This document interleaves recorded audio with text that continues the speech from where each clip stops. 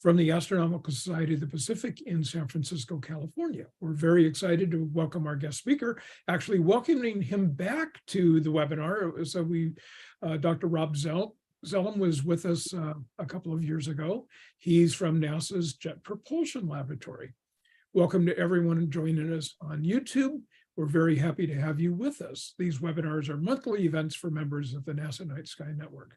For more information about the NASA Night Sky Network and the Astronomical Society of the Pacific, we'll put some links in the chat in just a minute. And before we introduce Rob, here's Dave Prosper with just a couple of announcements. Oh, I don't have any announcements. I'll be putting links in.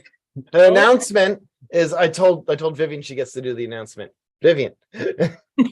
Tag. Hi, everyone. Welcome. I just wanted to introduce a really wonderful new partner that we have at the Astronomical Society of the Pacific. We've got Kat Troche here with us tonight. She's from the AAA, the Amateur Astronomers Association in New York, also a solar system ambassador from JPL.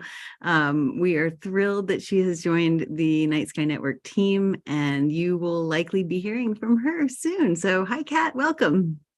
Thank you for having me. Hello out there. I'm happy to be here. In addition to NASA Night Sky Network, we are also facilitating and gearing up for our Eclipse Ambassadors program. So if you know any amateur astronomers or you know any undergrads that might be interested and haven't applied or haven't heard of the program, please go to eclipseambassadors.org and fill out the application. Thank you. Great to have you. I do have one announcement I can throw in real quick. On top of that, there are astronomy awards. They are accepting their nominations from the Astronomical Society of the Pacific. So please nominate your favorite astronomer for an award. I will put the link in the chat as well. You can find out the astrosociety.org homepage, and there's a link to it in the newsletter as well for the Night Sky Network.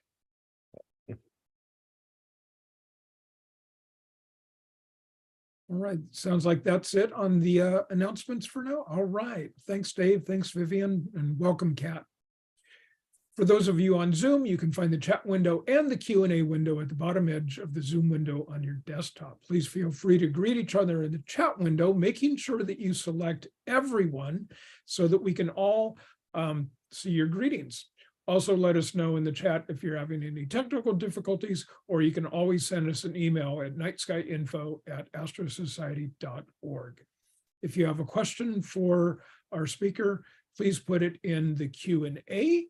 That really helps us keep track of them, and we'll know whether or not we've answered your question or not.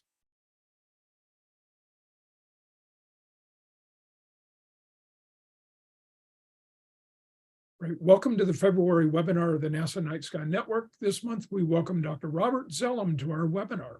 Rob Zellum is an exoplanet astronomer at NASA's Jet Propulsion Laboratory working on ground and space-based observations of the atmospheres of exoplanets, planets outside of our solar system. He's the project lead of Exoplanet Watch, which you're going to hear a lot about this evening, a citizen science project that will aid in the characterization of exoplanets. This is all of you are the citizen scientists that were, really would like to get involved with helping Rob out and discovering all of these really great planets that we're hoping to find. Rob is also a member of the Nancy Grace Roman Space Telescope's Coronagraph instrument project science team and is the lead of developing its Science Calibration Plan. He's the JPL commissioning lead of NESSI, a new multi-object spectrograph at Palomar Observatory that will study tens of these alien worlds.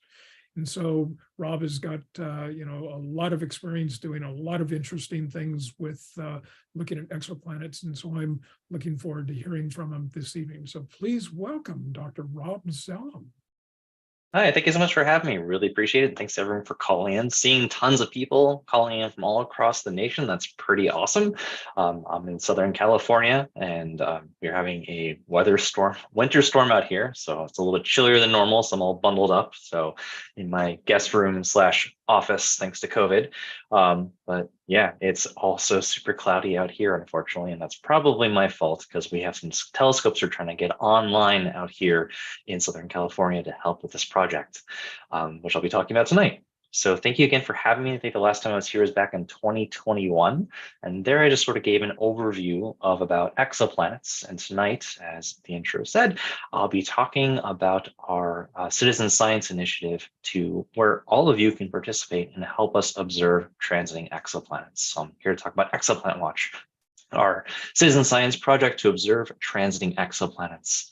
So we actually just announced the launch of this project last month at the big Astronomical Society meeting, American Astronomical Society meeting that happens every winter, sometimes called the Super Bowl of Astronomy. And we just announced there the launch of our general audience launch of Exoplanet Watch. So previously, we've actually been working on this project the last probably 4 or 5 years. And in 2021 is when we had a limited launch with amateur astronomers and other professional astronomers. So I've been doing sort of these releases, if you will, or light launches to various user groups. And since then, we've just been really lucky to have an amazing user base and get tons of people joining this project. And now we're happy to launch to anyone and everyone. Even if you don't have your own telescope or access to clear skies. And anyone and everyone can participate. And this gives you the opportunity to learn how exoplanet science is really done. So just some quick background for folks who might not be aware about transiting exoplanets. A transit is when we're observing a host star. If we're really lucky, that host star will have a planet orbiting around it. And if we're even luckier, the geometry will be just right, where that planet will occasionally pass in front of its star and partially block out the light of the host star and cause the star to appear to dim ever so slightly.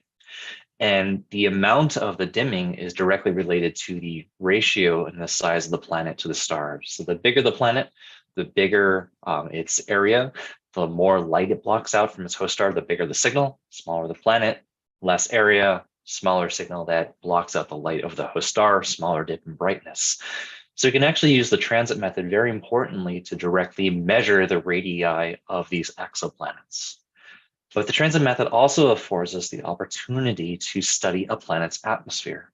When the planet passes in front of the star, not only does the optically thick part of the disk of the planet blocks out the light from the host star, but also the very small little sliver of atmosphere around the planet as well. And the atmosphere of the exoplanet will absorb or scatter light from the host star at various wavelengths, depending on what molecules are present in the planet's atmosphere. So for example, if there's methane in the planet's atmosphere, it'll block out light at a specific wavelength. If there's water, it'll block out light at another wavelength. So by studying these transit events at multiple wavelengths, we can actually characterize the composition of these exoplanets without even having to travel there. And this is called transmission spectroscopy or atmospheric transmission characterization of these exoplanets. And this has been done very, very successfully on missions such as Hubble. Hubble's observed about 50 of these transiting exoplanets and characterized their atmospheres. James Webb is currently doing amazing work. Almost every single new observation by James Webb is completely revolutionary and groundbreaking. And what it's doing is expanding upon that amazing heritage that we got a lot from Hubble, but now we're using this giant mirror. You know, Hubble is about 2.5 meters. James Webb is between 6 and 8 meters. This thing is absolutely ginormous, to use a technical term. This purple thing on the bottom is actually a sun shield, and it's the size of a tennis court. And James Webb not only has this much larger primary mirror, which gets us a lot higher precision data, but it also has expanded wavelength coverage. So James Webb is able to look at more wavelengths of light and therefore characterize more molecules in the atmospheres of these planets.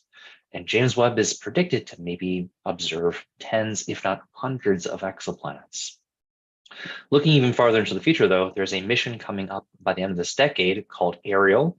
This is a European Space Agency mission that will be dedicated to doing atmospheric transmission spectroscopy of up to 1,000 exoplanets. So the future is very, very bright for transit science, and arguably we're in the golden age of exoplanet transits. And in order to observe a transit event on any of these 3 telescopes, we have to know very precisely when these transit events will occur. if there's an uncertainty in that transit event, we can do one of two things. Let's say there's like a 5-minute uncertainty of when that next transit event will occur. Well, one thing we could do is we can just build in an extra amount of time into our observing campaign. So if there's a 15-minute uncertainty in our mid-transit time, that's 15 more minutes we can build into our campaign. That's not really an efficient use of these telescopes, though. These are all very precious resources that everyone in astronomy wants to use. And any time that we're wasting is effectively time we're detracting or taking away from additional science that these platforms could be using. Another option is we can do some pre-observations from the ground. And this is where all of you can come in. You can help us make these observations to measure when these transit events will occur, to help us more accurately predict when the next transit will occur. And then we can use large telescopes like Hubble, like James Webb, like ARIEL, also ground-based telescopes. We can use them a lot more efficiently and effectively, and we waste a lot less time, and therefore we can hopefully maximize their science output. So this sort of driving need to update these times and keep our transit times fresh, to use these platforms a lot more efficiently, is what led us to launch Exoplanet Watch, which is the citizen science project to observe routinely transiting exoplanets. So by doing so, by participating in this project, you can directly help enable NASA science. So Exoplanet Watch is a collaborative effort to complement existing surveys. We're members of the TESS follow-up project, SG1 group, and the single transitors group. I know probably a bunch of you work on TFOP and SG1. We're also we're very collaborative with effectively the European version of Exoplanet Watch called ExoClock. And that's a very similar project out of Europe that is doing the same transit timing ephemeris maintenance that we are, but they're focused on helping out the ARIEL mission alone, or specifically. All of our data is immediately public. There's no proprietary phase, so you can actually get any of our data whenever you want.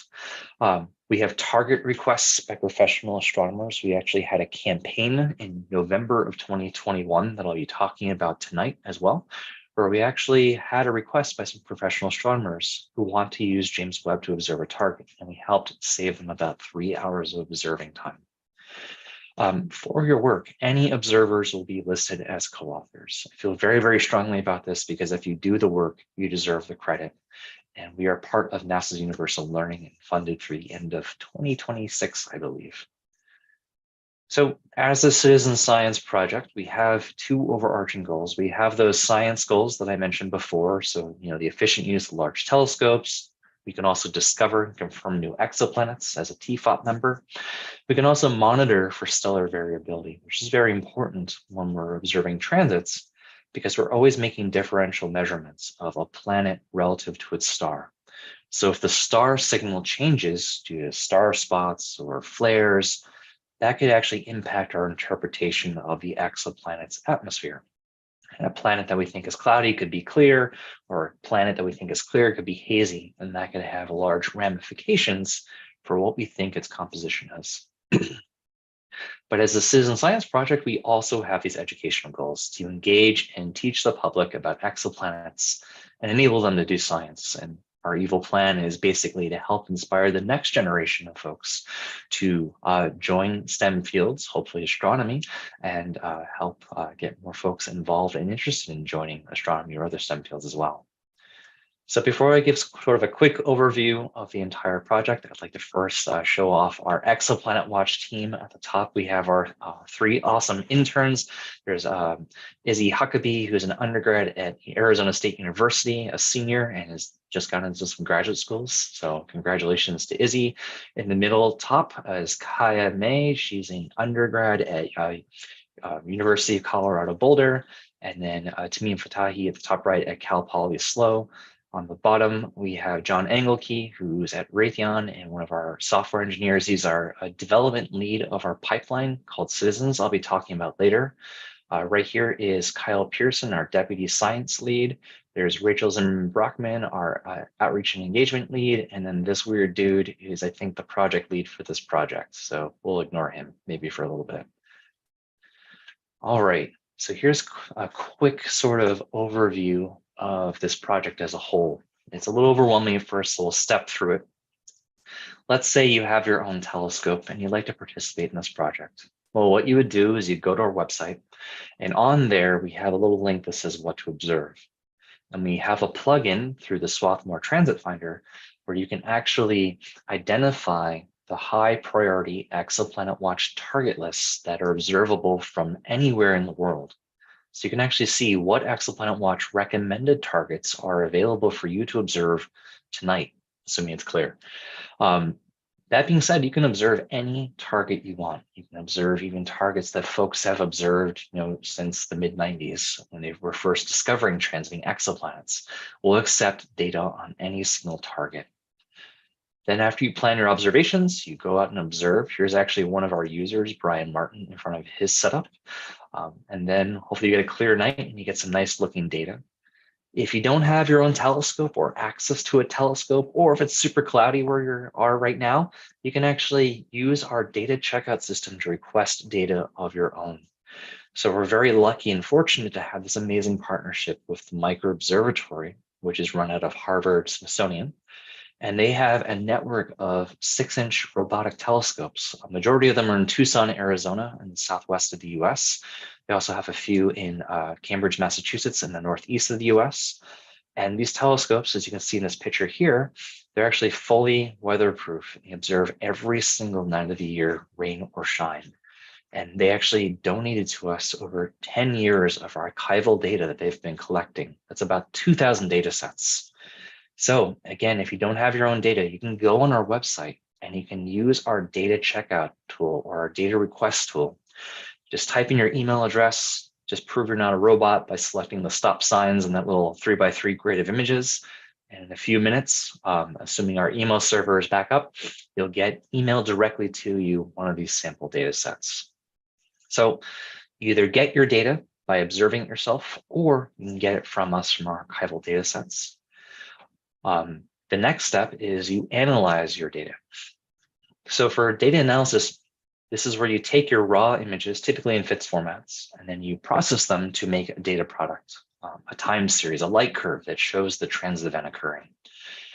You can use any data analysis tool you want. One big one that tons of folks use out there is AstroImageJ.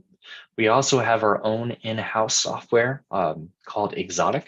I'll be talking about this a little bit later, but we've been doing a ton of work to make this a lot more user-friendly for our network. So this allows the opportunity to actually fully have that hands-on process of learning not only how observations are done and conducted, but you get your own data and you get to analyze and reduce it yourself to get those data products.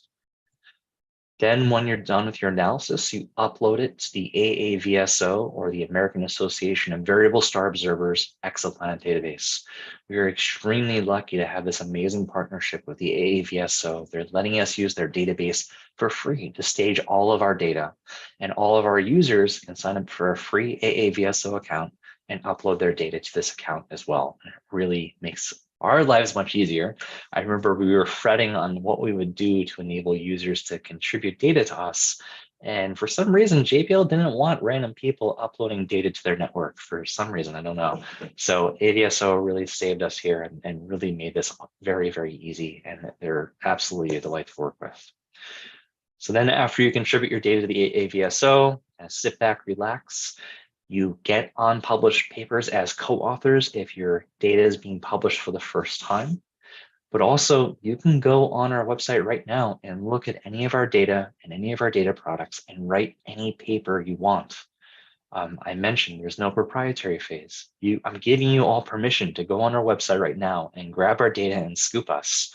We have about 16 papers that have been published that use exotic or exoplanet watch data or data products.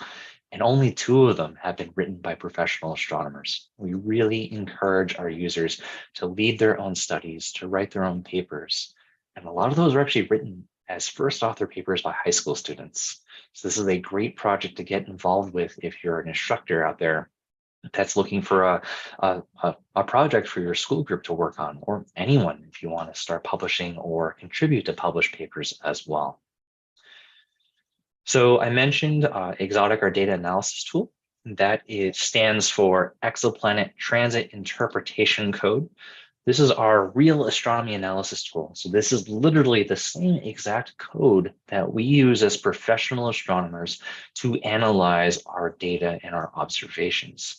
The only difference is that we might run Exotic locally on our own computers, whereas we have made Exotic compatible with the Google Colab Cloud.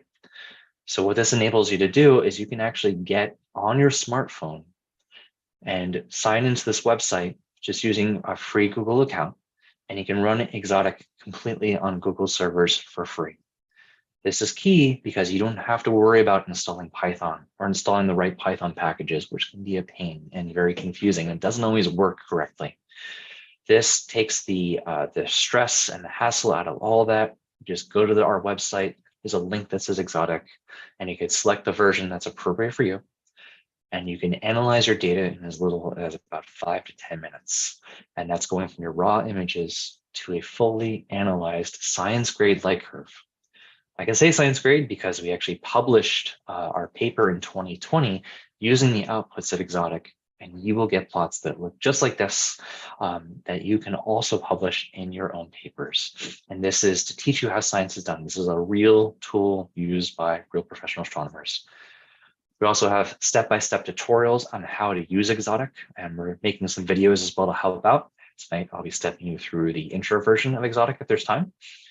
Also, if you do choose to run Exotic locally, there is a real-time light curve fitter as well. So let's say you're at a star party and you want to observe an exoplanet. Well, by eye, it's not too interesting to see because you're looking for at best about a 1% drop in the brightness of that star over the course of about 2 to 3 hours. It's really difficult to see by eye. But what you can do is you can observe that transit, and you can do this quick and dirty reduction of your data in real time. And you can point to your computer screen. You can say that someone that's passing by, look at this, we're observing an exoplanet passing in front of its star, and it's effectively casting its shadow all the way back on the Earth. And we're hundreds of light years away. And we've been finding that small telescopes are absolutely capable of making these measurements. We're getting a lot of amazing success and really high quality data with 6-inch observatories such as the Micro Observatory. We've also had some users with a 3.5-inch telescope with an equatorial mount and a CCD camera that have been able to get really nice looking light curves, even from the Pacific Northwest.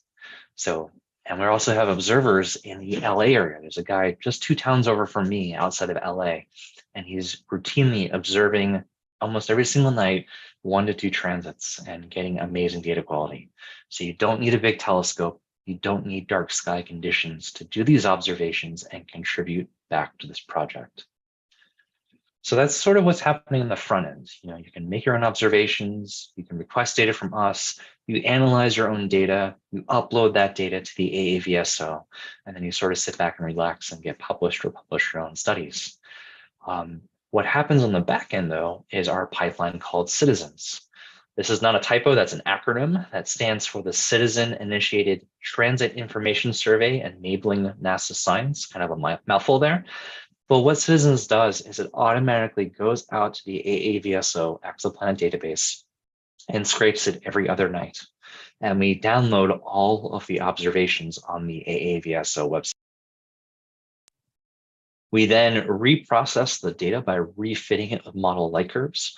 This is done in case our knowledge of an exoplanet system is updated or changed over time due to new discoveries. We then immediately publish all of these results to our website. So you can actually go on our website right now. We have over 160 targets. Actually, it's 260 targets and over 1,600 data sets as well. So incredible amount of data, and I'm sure that'll be updated very soon because I think Citizens is running tonight, perhaps. So maybe by tomorrow morning or Saturday, we'll have increased numbers as well. So this pipeline is fully automated. There's no human in the loop. It runs completely on its own. It grabs the data, reprocesses it, really refits the data, and then immediately publishes it to our website. I mentioned a little earlier how we had this observing campaign in December of 2021, just a few months, I think, after I gave my last talk here. And what we did is we observed this target called HD 80606b. This is a long period transiting exoplanet. So it orbits around its star every 100 days or so. Most exoplanets that we're finding of today are called hot Jupiters, large Jupiter-like planets. The bigger the planet, the more light it blocks out from its host star, the bigger the signal, the easier it is to see. And these hot Jupiters orbit their stars very closely, typically on the order of about 3 to 5 days, some as quickly as a few hours orbiting around their star, because they're still very close to their host star. And since they're close to their star, they're bright. So hence the very inventive name hot Jupiters. This one in particular, though, orbits its star roughly about every 100 days.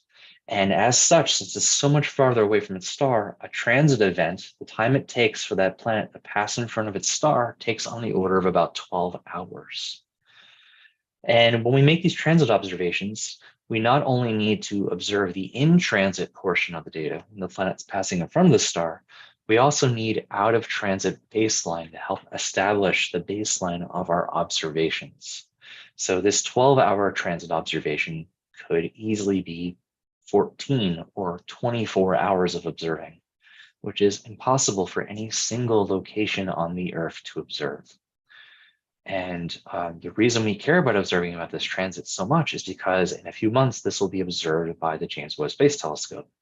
So some of the folks that are on this proposal came to us to ask us for our help with analyzing their data to really to help them update the mid-transit time of this target.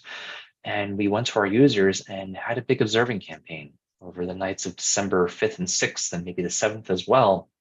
This target was observable over most of the Northern Hemisphere.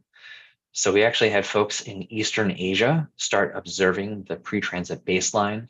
They handed it off to folks, I believe, in India, to folks in Europe, and then back to North America, and then back to Eastern Asia again. And we were able to stitch all the data together to make this nice looking light curve. And this was pretty cool because folks in Eastern Asia who observed it one night were able to get post-transit baseline again as well. And another thing is, of course, because we were trying to do an observing campaign, most of the Northern Hemisphere was clouded out this entire night. While we had 24 facilities participating in this project, all of them relatively small telescopes under 30 inches. A lot of them were actually unistellar scopes, EV scopes as well, which are about 4.5 inches. So relatively small telescopes made really nice science grade data. But as I mentioned before, most of the Northern Hemisphere was clouded out that night. We probably had another factor of 2 more folks that were interested in participating in this project, but were clouded out. So this directly shows why a nice worldwide spread out campaign is necessary to follow up, particularly these long period transiting exoplanets, but also just planets in general, because anywhere in the world can be cloudy at any given night. And if you're able to spread out your assets as much as possible, you can guard against the impacts of weather. And let's look at the data really quickly. So here's actually the individual observations from all of our users. And if you're to look at the data on a case-by-case basis, it would be sometimes hard to see evidence of the transit signal itself. And if you had this as a single observation, it wouldn't be statistically significant enough to say really anything much about the exoplanet observations. But then when you combine all the data together, you get this really nice looking light curve. And for comparison, if you compare this against the TESS mission, TESS is a transiting exoplanet survey satellite that was launched a few years by NASA. It's doing a full sky survey to discover new exoplanets, but it's also monitoring already known planets to help learn more about them and update their timings. If we were to compare this light curve to TESS, some of our users were able to get within a factor of 2 of the precision of the TESS mission, which is pretty incredible. They're able to get within a factor of 2 of the precision of a NASA mission up in space from their relatively small ground-based telescope. So this really shows the power in these observations. So if you're interested in getting started and participating in our project, we would love to have anyone and everyone participating in this. You can go to our website right there. You can also take a picture of this QR code on your cell or mobile phone. I personally am horrible at memorizing URLs. I can never remember also QR codes for some strange reason. So what I just do instead is I Google NASA Exoplanet Watch. And on there, we have tons of extremely helpful resources. On our website, you can get involved on there and go through our tutorials or any of our information that steps you through how to use Exotic, how to upload your data, how to do the observations. We have these monthly newsletters that Rachel does an amazing job of sending out, and we have target campaigns for observing. We also have these bi-weekly meetings that happen every other Wednesday at 11 a.m. Pacific. And I know that some of you can't make that time, but we record every meeting and post that into our Slack channel as well. So if you can't make a meeting, we can go through that. You can watch the recording there. And we have really helpful tips, such as explaining how to use Exotic in the best way, or what do the output plots mean, or how to help filter your data through as well. As I mentioned, we also have this Slack channel, and this is a group chat tool that we use all the time extensively to help keep in touch with our users. So you can actually go in our Slack channel right now, and you can ping the Exoplanet Watch team. And since I always have it open on my cell phone, I'll get a vibration that folks are asking for help or asking a question. And we always try to respond very, very quickly, even if it's hey, it's kind of late here in Southern California, I'll get back to you tomorrow or on Monday. We always try to be very engaged with our users. And we also have tons of users that are helping out other Exoplanet Watch members as well. So it's a really awesome, friendly collaboration. We owe a lot of our success to our current members as well, who are being amazing and helping out our new users. So there's always someone awake across the world in our project. And we also have some goofy fun stuff like our random channel. Here's Kaya posting a funny meme about Mercury, I guess, on Monday. As I mentioned before, this slide is a little out of date because we have launched out to folks that do not have their own telescope. We've been leveraging the Micro Observatory, those 6-inch telescopes out in Tucson. We also have 2 telescopes out here in Southern California that we have full control over at least through the end of 2026. Here's a picture of inside the dome from our 0.4 meter telescope. I'm a giant Star Wars nerd, so I named this one Luke because this was the first of the 2 of our scopes that came online. And we're very, very close to getting this automated. We just had our weather sensor installed a few weeks ago, and there's a little bit more tweaking we have to do with the dome alignment. So I'm hopefully excited about going up there maybe sometime in the next few weeks when we get clear weather again in Southern California. We also have our, in a second, let me just fix this really quickly. We also have our 0.6 meter telescope that just came online as well. So that's a picture of the outside dome of our 0.6 meter. So this is the second telescope in our network. This is called the Leia Telescope. This just got online last week. They fixed, they just refurbished the telescope and they got it all focused up. And of course, as soon as we tried to get up there, we have this giant winter storm out here on the West Coast. So hopefully we'll be up to these 2 telescopes very soon. And we'll combine these 2 with the Micro Observatory. So you can hopefully be getting 3, maybe even 5, maybe even 6 transits a night. And that's more data that we can get out to people who don't have their own telescopes or who don't live in dark sky locations. So I'm going to pause here for one quick second. I'm going to check the chat to see if there's any questions. I see there's a ton of questions in the QA, which is awesome. So why don't I get to those now? And then if there's enough time left over, I can walk you through our website really quickly and also show you our data analysis tool.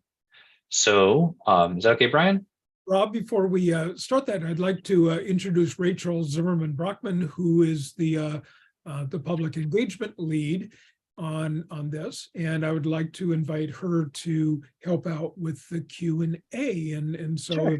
Since you can see it, I'm just going to kind of let you 2 have at it and without weighing in myself. So Fantastic. Cool. Yeah, no problem. So the first question for you, Rob, is from Arturo Cisneros, and he's saying, to get the planet size, you need the star size. Do you get the star size from the spectral type?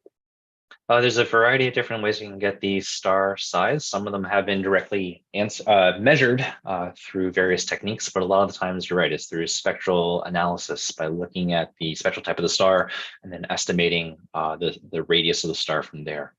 That being said, there are always updates to the radius of the star. There's updates to the radius of the star. There are also updates to the radius of the planet as well. Excellent. The next question we have is, can the unistellar EV scope integrate into the system? We can tie into SETI, and much citizen science has been done since 2020. Yeah, and SETI and Unistellar are actually awesome collaborators of ours and participants in Exoplanet Watch. So let me pull up this page again. One quick second. So this is part of our HD 80606 campaign that was actually been published about 2 to 3 months ago. So I have to update that.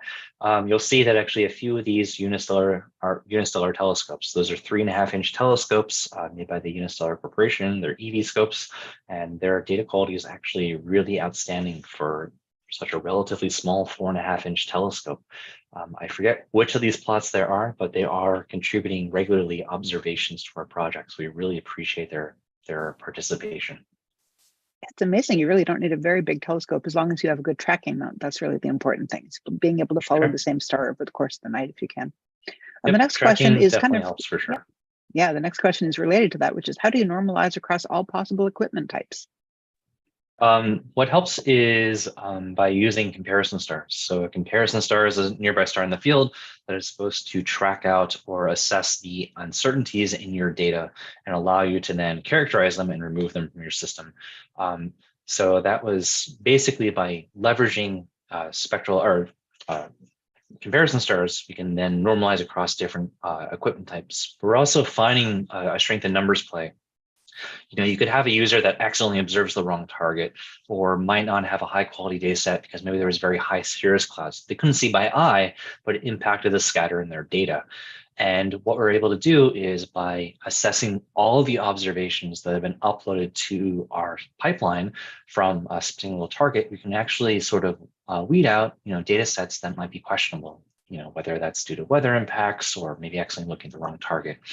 For the normalization for the 80606 observations, Kyle Pearson, who is our deputy science lead, did a lot of fancy post-processing to make sure all the data aligned and basically added loft sets to make the data all continuous and line up along that transit model. Great. The next question is, how long does a typical transit take? So a typical transit takes, the transit itself takes about 2 to 3 hours, and then you typically want as much post and pre-transit baseline, so out of transit data, as you do in-transit data. So if an in-transit observation, when the planet starts to pass in front of its star, that takes about 2 to 3 hours. That means typically you want another 2 to 3 hours of out-of-transit baseline as well. But you can also get away with only about half an hour to an hour of pre and post transit baseline. So typically on the order of about 3, maybe 6 hours. So you could fit in 2 transits a night typically. And a related question is, can you give us an idea of the exposure time for these observations? The exposure time for these observations. Which one, Rachel? Sorry. Oh, sorry. Can you give an idea of the exposure time for the observations? Exposure times vary by your instrument. It depends on the host star brightness. It can be short as a second. It could be as long as a minute. Typically, you don't want to go much longer than a minute or a few minutes because you can get star trails if your tracking isn't set up perfectly. But that's not a giant deal as well. So it kind of depends on the size of your aperture of your telescope and the host star brightness that you're looking at. Some of these host stars are as bright as roughly 5th magnitude in V-band. Some of them can be 10th, 11th, or 12th magnitude. So it kind of depends on your setup and target as well. Can you use an alt-azimuth mount for your telescope, or do you need to have an equatorial mount? You can use an alt-az telescope with a guider. The tracking will be a little bit more difficult. We've experimented with an alt-az mount, and the tracking is not as precise. You might need to nudge the target back into the field of view continuously, like every 10, 15, 30 minutes or so. We did have fairly good luck with using an off-axis guider, the separate guider camera. That didn't require as much nudging.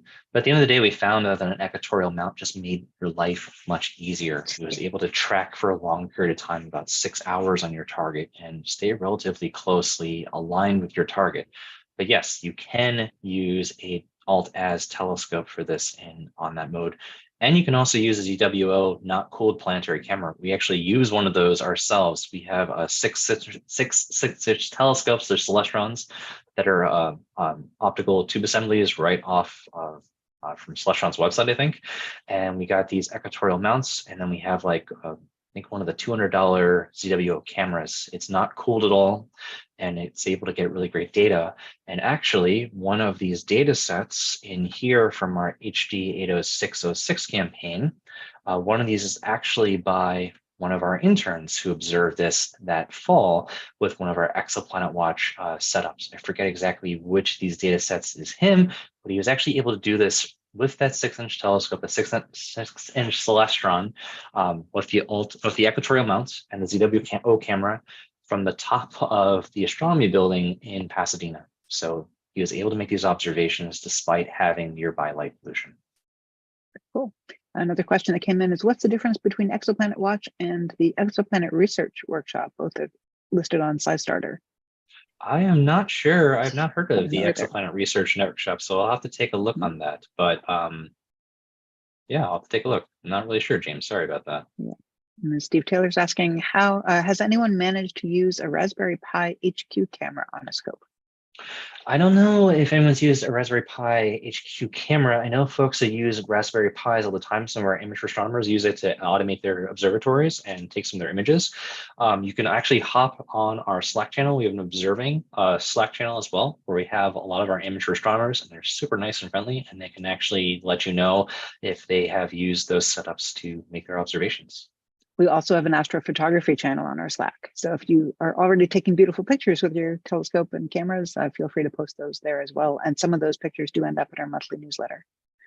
The next question is, have you observed an exoplanet passing in front of a star spot?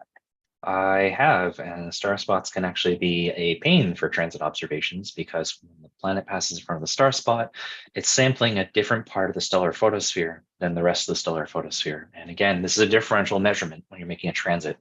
So if the planet passes in part of the star that is different than what you expect it to normally be, such as, you think the star is not spotted, but during your transit observation, the star is spotted, that can actually change and alter your transit signal. And by changing your transit signal, that can change the interpretation of your data as well. So have some data sets, and other folks have data sets as well too, where they'll see a little bump in their transit signal that indicates that they're passing in front of a star spot. But really what's worse than this is when you're passing over a spotted portion of the star and you don't know because the star is super spotted or those spots are off axis. So spots can actually be a pain. And actually we have to do a more in-depth job of directly addressing them, for especially now that we're in the age of JWST, because JWST has such higher precision in its observational capability that assessing the impact of star spots is more crucial. Yeah, and that actually ties into the fact that we observe the same exoplanet more than once. And so it may not be passing in front of the same star spot the next time you see it, depending on how the planet is, how the star is rotating, how the planet's passing in front of it. So observing the same exoplanet more than one, transiting its star more than once is actually pretty useful because you can see changes over time. Our next question from Jeffrey Beck is, can you say more about how data from different observers is combined and analyzed? How do you account for different sensitivities or calibrations of different instruments or cameras? Yeah, so I kind of talked about this a little bit earlier. Basically, you're observing the same astrophysical signal. So you look for the common mode signal that's shared between them, and then you sort of combine the data from multiple folks that way. And so luckily, from your data analysis and by including a comparison star, you can actually monitor these systematic errors that are inherent in every system and help characterize them and remove them so they don't impact your observations as much as possible. Cool. Tree Greenwood is asking, can a tracking Dobsonian like a Soya Archer SynScan be used rather than an equatorial? I do not know of that type of mounts type, so I would hop on our observing channel to see if anyone else has experience with that. But yes, if you can observe and track on a star, even if your tracking is not precise, it's not a giant deal really at the end of the day. The star just has to be somewhere on your camera, on your image. Exotic or data analysis tool is able to track the star across the field for you. It can also handle peer flips very easily now. So really, you don't need precise tracking. The micro observatory images, for example, that I've been showing, these really nice light curves. Let me grab, I think it's in this slideshow. Let me grab it really quickly. You're probably seeing the wrong screen. That's fine. Right, this light curve right here, this is actually data from the micro observatory, and this target actually went across and wandered across the focal plane by a few hundred pixels. And despite that, we were able to track the star pretty easily and make a nice looking light curve. We have someone in the chat mentioning NINA, and that there's an Exoplanet Watch plugin for NINA. Exactly, yeah, they've awesomely added, thanks Michael for reminding me about the Exoplanet Watch plugin for NESSI. So NESSI is actually the software we're using to get our 0.4 meter telescope up and running. It makes observations of transiting exoplanets really simple through all their super helpful plugins. And you can actually query pretty easily the recommended targets that we have as well. Jeff is also asking in the chat if the AVSO upload is necessary. The AVSO upload is absolutely necessary because that is the way you can contribute your data to us. There's no other way to do this without us getting in trouble from JPL. You don't actually have to deal with FITS headers at all. You just analyze your data in Exotic, and Exotic makes the output files that you have to upload yourself directly to the AVSO for you. It makes this text file with all the information in the format that you need that you can then upload to the AVSO. So we really try to take a lot of the hard work out of it for you. Yeah, Paul Dexter's asking, do you avoid certain types of stars in your observations, like binary stars? We try to avoid variable stars in our observations because, again, these are all differential measurements. So if the star is varying over time, even over a few hours or a few months or a few years, we want to not use those stars for analysis. So we're actually using and leveraging the AVSO themselves through their plugin to identify non-variable stars in the field and actually do absolute flux calibrations as well. And that's all done automatically for you through Exotic. John Martin called in to the Solar System Ambassador presentation that you gave last Friday and has checked out a data set, so thank you for participating, and wants to know how to handle discrepancies or questions in or with the checked out data set. I'm assuming the answer is to contact us on Slack. Yep, feel free get to on our elaborate Slack on channel and let us know. Fantastic.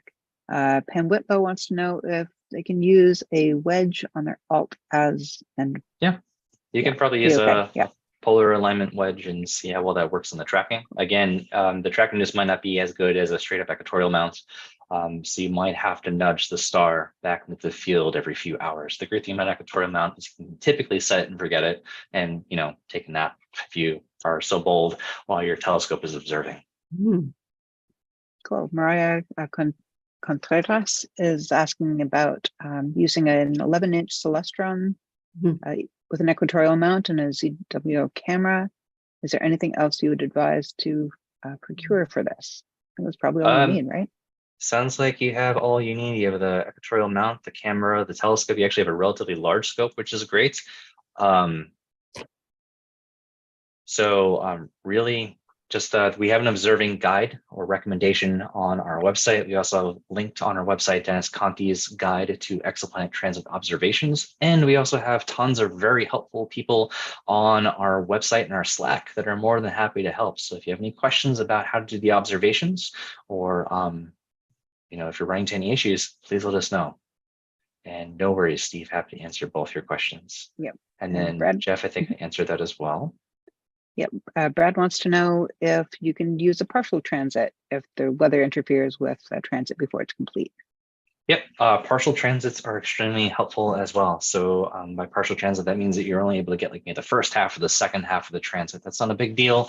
We'll accept any data that you can get for us. Even partial transits are extremely helpful because we're getting now to the next phase now that we have tons of data, thanks to all of our awesome observers out there, we can start combining the data together and phasing it together to make one single light curve per target. So just like what we did for this 80606 observation, let me go with that plot up. We are looking now to combine partial observations of a transit and combine them together to get a very nice phased together, combined together light curve as well. Oh, I'm going to skip down to Chris's question because this is really important. At the end of the night, is an individual observer's data a series of TIFF images? I believe they're FITS images, aren't they?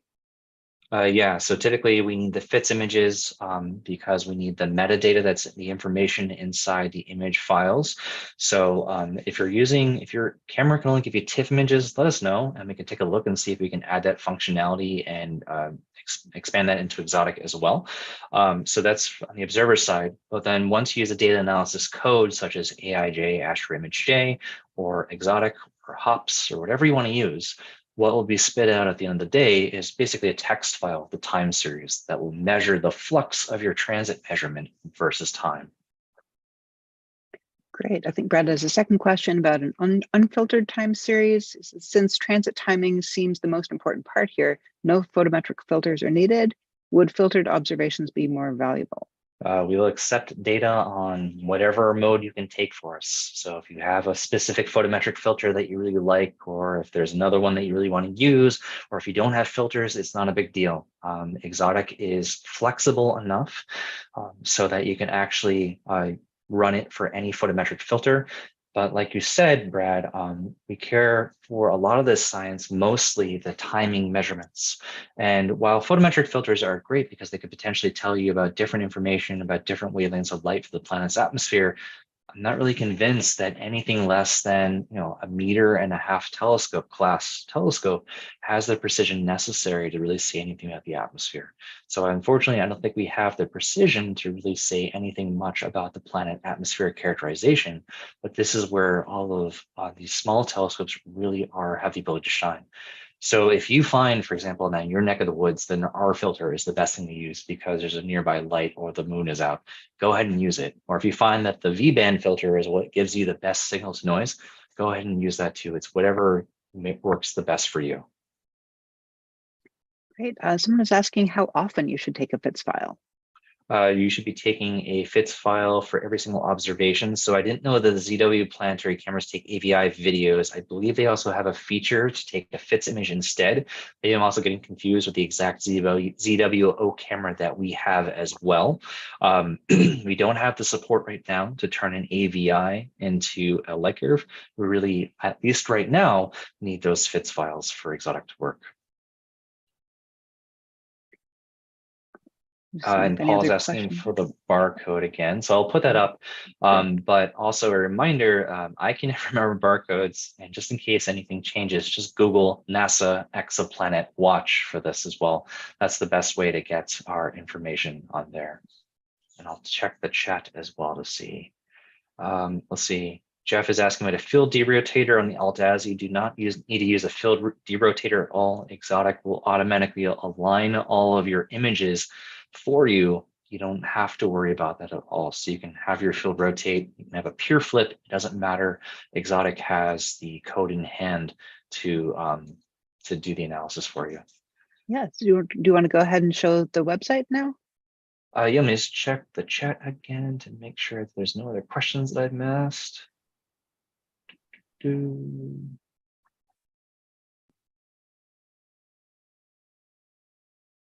All right, looks like it. And we have about 5 minutes left, so I'll quickly just show you our website.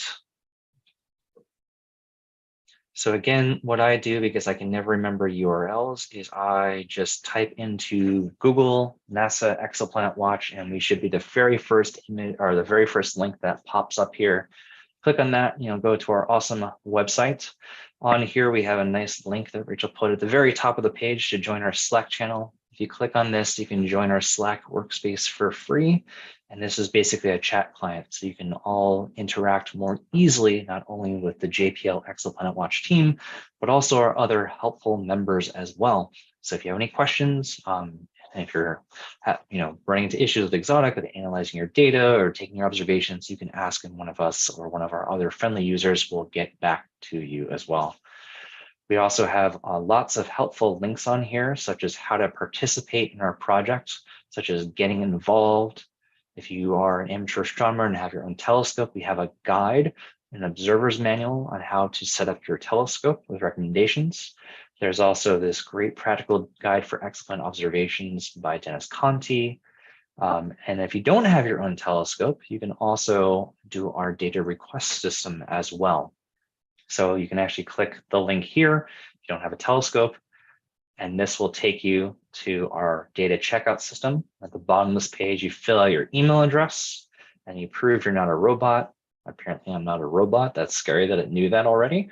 And you submit this, and hopefully within a few minutes. Sometimes if our email system is a little overwhelmed by all the requests, it could take a few hours, but typically on the order of a few minutes, if not seconds, you'll get a link to one of these awesome micro observatory data sets taken by this telescope right here, the Cecilia Telescope in Tucson. And this will be emailed directly to your inbox. Then the next step after you get your data, either by observing it or requesting your observation. Oh, let me actually go on. You actually, if you have your own telescope, there's this helpful plugin on what to observe. After all these potential recommended targets for calendars for the night, we also have a plugin with the Swarthmore Transit Finder website. And on here are the Exoplanet Watch targets, the recommended targets that we request our users to observe. Again, you can observe any target you want. Let's pretend I wanted, when it wasn't cloudy out here, to observe from Southern California. I would just select the Exoplanet Watch target list. I would then go to my location on the world. Palomar is pretty close to me. I would do it for the next day, and I could submit this. In a few seconds, this will return to me right here, the potential targets that I could be observing at my location on the Earth. So here, folks on the West Coast where it's not cloudy, you observe Coro 18 or WASP 43. And this will give you lots of helpful information, such as the VMAG, the start and the end of the transit, the duration, the timing in BJD, the elevation, the percentage of transit. Also has plugins for things like the air mass plot, which is extremely helpful for planning your observations. It tells you when the transit's occurring and what altitude the transit will be at that given night. And there's also Aladdin plugins with Simbad, so you can also see star charts as well. Again, though, if you don't have your own telescope, or you can request data from us, but then the next step is to analyze your own data. And this can be done on any data analysis tool you want. AIJ is a very popular one out there, but we also have our own called Exotic. We've been spending a lot of time and effort to make it Exotic as user-friendly as possible to run on your computer. So most users actually run Exotic through the Google Colab Cloud. So you can actually click, for example, this beginner tutorial and take a look at that. What this is doing is this is literally hooking up with one of Google's cloud computing, and you're running all the code on that through your Google username. So I've signed in here through my JPL account for Google. You can use any Google account you want. They're free. You can download as many as you want or make as many as you want. It doesn't really matter. But we have instructions on the tutorial on this with lots of helpful instructions. There's also estimates of how long it'll take the time. And you just basically click these little play buttons to just run the code. And it's as simple as doing on this beginner version, 3 steps. The standard version that most users will be running from micro observatory data, I think, is 4 steps. And then those of you who have your own telescopes, you'll be using the advanced version of Exotic. And that takes only about 4 or 5 steps. You might have to identify your filter that you're using, or type in some information for your star chart. But what you're basically doing is we're now downloading Exotic to one of those Google Colab computer clouds, and we're installing everything in the cloud. So you don't need to run anything or install anything on your computer. And you can actually run this on your smartphone. I've tested it, and I've actually run Exotic on our sample data on our smartphone. So if you don't have a nice computer or a new computer, or if you only have a Chromebook or only have a cell phone, you can still fully participate in this project, even through the data checkout system as well. Then what you do is you can watch a video. You can then look at your star chart to identify the coordinates of your star in your image. I'll kind of skip through this super quickly. But basically, we have these AVSO finder charts built in to help you find where your star is in your image. I've cheated and I've done this before, so I know where they are. You type in your target star coordinates, type in your comparison star coordinates, and then it sets up Exotic. It tells it what to run, and then you run Exotic. And then Exotic will chug through, analyze all of your data super quickly. And then as little as 4 minutes, you'll get your final light curve out. And we'll see that in a second once this is done running. So it ran through the sample data and there's your light curve. So this is basically the same steps that you need to do to analyze your microobservatory light curve, your data. William's asking the Q&A, what sort of discoveries have been made using the data we've collected? So far, the biggest thing we've done so far is by saving about 3 hours of James Webb time on HD 80606b. That's kind of a big deal because depending on how you count, about an hour of time on James Webb is worth about $1 million. So if NASA wants to cut me a check for $3 million, I would gladly take that. That'll be awesome. Brad is asking, how can we try out Exotic? Just go on our website again. So the best way to find that is, let me share my screen again, is just by going to our website. So just Google NASA Exoplanet Watch and click on Exotic right here, and that'll pop right up on how to use it. I recommend everyone starts the beginner tutorial, regardless of how much of a pro you are at data analysis, then graduate up to the standard and then to the advanced if you have your own system. Irene is asking if they have an 8-inch Celestron and are in the process of getting a camera. What would you recommend as best for this type of observation? It kind of depends on your budget, honestly, and what you want to buy. So I would definitely hop on our Slack channel. You can just post this exact same question on there, and tons of amateurs can hop on and give you their 2 cents worth and let you know what sort of cameras they have used and have been successfully using as well. And then Brad is asking about bandwidth needs of Exotic. It's pretty low bandwidth. If you use the Exotic on the Colab cloud, the only downside to running it on the cloud is you need to get your observations, your data into your G Drive account. If you have 0 space in your G Drive account, just make a new one. That's the easiest way to do that, is just to make a brand new one with all that space, because they're free. You can make as many as you want. The bandwidth otherwise is pretty low. If you can also copy and directly paste the images we get you over the Google Colab Cloud as well.